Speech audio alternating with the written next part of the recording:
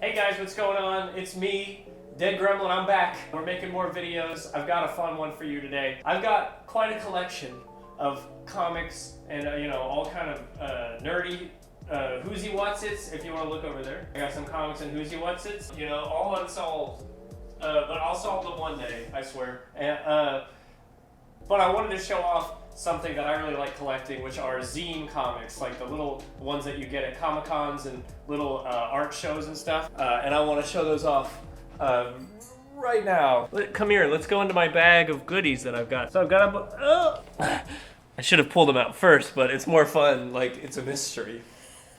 Can you see these? Okay, so we've got some cool zines here, and I just wanted to go through all of them. These are ones that I've collected from artists that I know.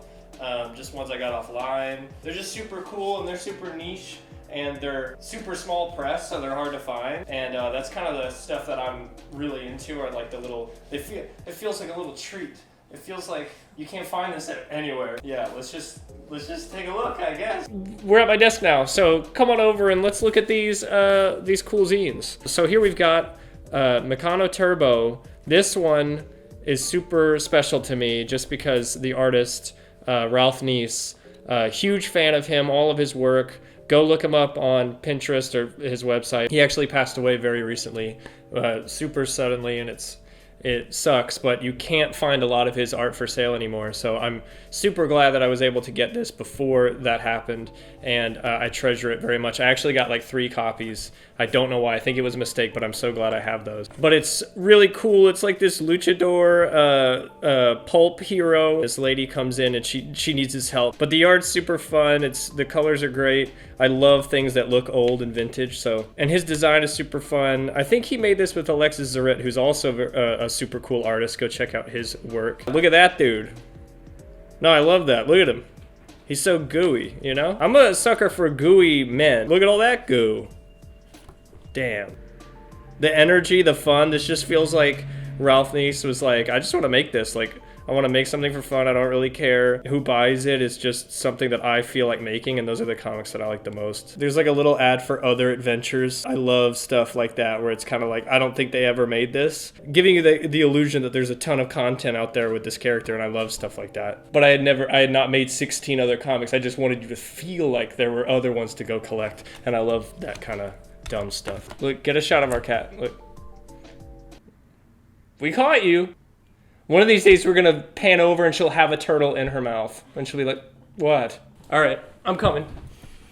Look, now she knows. Okay, we got a really cool one here. I'm gonna do these back to back. So, big fan of Daniel Warren Johnson. He's got a YouTube channel, and go check him out. But his art is super amazing. I've done a review before of Murder Falcon. He makes a bunch of cool comics, and he makes these zines for fun. So we've got Old Man Skywalker, which is kind of like, I guess, his like version of what would have happened in The Last Jedi if Luke Skywalker was actually a badass and like had crazy Force Unleashed type superpowers. So it opens with him fighting this like random Sith guy. I don't know much about deep Star Wars lore, so maybe that's like a real character, but it's just super fun. Look at the energy and all the ink lines and the crazy stuff going on and all the little details, and he's really good at drawing like dudes getting thrown back, like the poses. So I heard from some artist friends that who know Daniel, that he said something about being able to draw an X-Wing from memory, and they're like, no way dude, you can't. And then he did. He just like did it like completely, like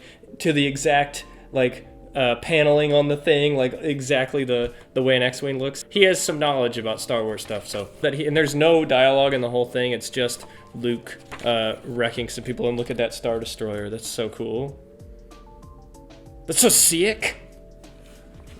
Yeah. And then we've got this. When I got it from Daniel a few years ago, I wasn't super into wrestling. I just got everything that Daniel did. So this is Jushin Thunder Liger. I think this was for, he was retiring. And so Daniel did this for fun to kind of be like, thank you for all your years of service to the wrestling world. Super action-y, dynamic, just showing off some of Daniel's skills with fight choreography. Him getting up on the top rope and doing a sick move on that dude. So I wasn't into wrestling when I bought this, and then Daniel talked to me so much about why he loves wrestling so much. So I recently started watching AEW and old WWE stuff, and now I'm like super hardcore into it. And I was talking to Daniel the other day about it, and I was like, thanks man, you you got another person hooked into this stuff. So if you get a chance to find this, I don't know where you can find these. I think you can actually get this on eBay, and it's really expensive because I don't think he made that many. Anyway, moving on. Okay, we've got Dekaiju Team Alpha. I love zines with a rough texture. There's nothing that satisfies my little fingers more than this rough paper. Anything where it feels like newsprint, like it's this like sacred thing that you found in a bargain bin. I love stuff like that. It's JB Rowe I know, and Erik Gutierrez. JB I know very well. He's got wonderful work. It's just a robot fighting kaiju, and I think him and Erik split the art duties because it goes from this, which is JB, to this more simple style. Which I feel is Erik. I don't know his work as much. And I love it. I love the Toku style. It feels like they're, you know, the scientists from an Ultraman episode. He's got like a pyramid for a head, which you know, when you're making comics, do whatever you want. Like, did we take the garlic bread out? Yeah, it's over there.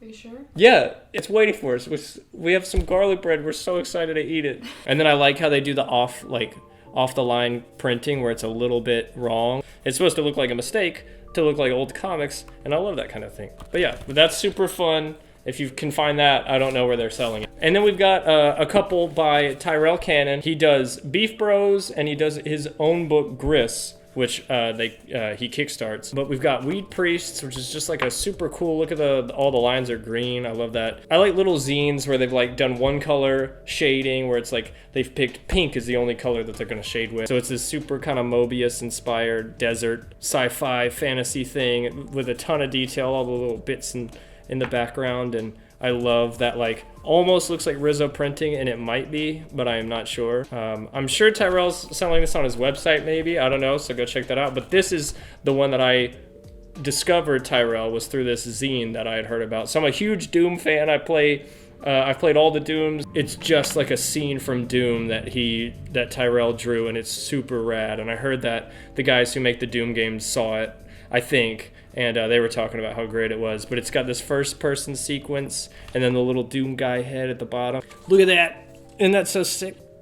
His lines are fantastic. He does this, like, cool thing with to make it look like he's moving even when he's standing still, like the little jaggedy lines. He's just got such an energy, and all of these things where they've got that in-your-face kind of feeling to it. That's the kind of comics that I get drawn to. But if you can find that, also go pick it up. And here we've got a good friend of mine, Buster Moody. He did a zine collecting all of his Ninja Turtles work, or some of it. So he told me that he did a fan comic, which is here, this Turtles fan comic that he did, and it got the attention of Eastman, and this is how he got some work from IDW, is just him and Caleb. Some of the most energetic and most raw feeling comics is the ones that Buster makes. It feels like he completely went crazy and just started drawing like frantically, and like everything he wanted in the background he put it in there, and all the rendering and shading, and there's like snot bubbles and big like tears flying over, and he does all the sound effects by hand. It just feels like what a little kid making comics who's like really into it, and they're super getting into comic books, what they want to make. Look at the rendering on all the water. Like, it's crazy how much detail Buster puts in. Find this, I think he's selling it. Like, look at all that. This feels like comics I would find as a kid in the dollar bin, and I'd pick it up, and it would change my whole life. And then he's got the whole thing in the black and white, so you can really take in all the details and all the tones. And I just kind of sit here, like, I'll read it, and then I'll go back through and just kind of soak it all in like an art sponge. Like, this is like Eastman, beginning of Ninja Turtles, the like raw, do-it-yourself kind of feeling, like him and Peter Laird just in the basement making comics together. That's what Buster's art feels like. But if you get a chance, go find that. So this is another zine that I got from Ralph Niese that I'm really glad I got. He has a whole plethora of work that he's done that you can find on Pinterest and Google Images and stuff, but there's not much to buy, which makes me sad. But it's really, really, really fun. It's like a guy with a speaker for a head, like going through a nightclub wrecking all these other speaker head guys. But I love it. I found this on Etsy on a random shop that wasn't Ralph Niese, so I don't know. They might be selling this. Oh, more Buster. Buster did this comic on Patreon, and he did a little preview book, which I love.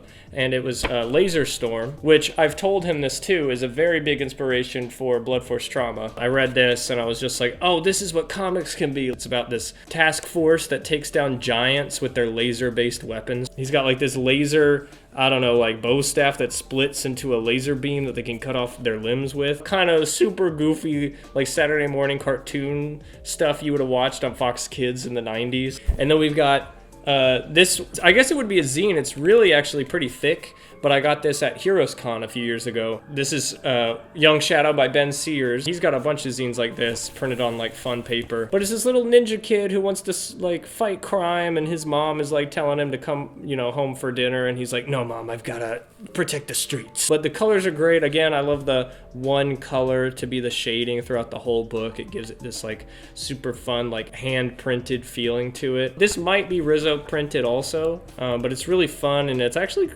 really long, but the art's fantastic. It's really pretty. Simple, but also super detailed at the same time, and it's got a really cute charm to it. These rounded edged buildings, I love that. Go pick up Ben Sears' other books. Last one that I've got, I'm also going to make a follow-up video when I buy some more. If you guys know any other zines or like small press stuff that you can find on Etsy or like Instagram, like somebody's zines, I'm trying to find like a bunch of really cool stuff. So please comment and tell me about. God, you can hear it for miles. I guess that's the point though. I know, it's supposed to alert people. We got Gnaw Wolf by Aaron Conley. I'm a huge fan of Aaron. Like if you've read Sabretooth Swordsman or Bully Wars, and if you haven't, go check it out. But he did this little zine. There was a book that he was supposed to do a while back called Nam Wolf, and these are the unused pages. So he collected it into Gnaw Wolf. If you read Nam Wolf, which was fun, you'll know what's going on. But if you haven't, it's basically this kid in Vietnam becomes a werewolf. His work is extremely detailed. Again, Aaron's one of those artists you can feel every line that he's putting down. But then he gets into pencils, so you get to kind of see the process, which is also fun. And they start getting pretty simple. But then he's got this huge two-page spread. Look at this werewolf with a big old machine gun. And then he's got thumbnails. So this is a fun one if you want to see an artist's process.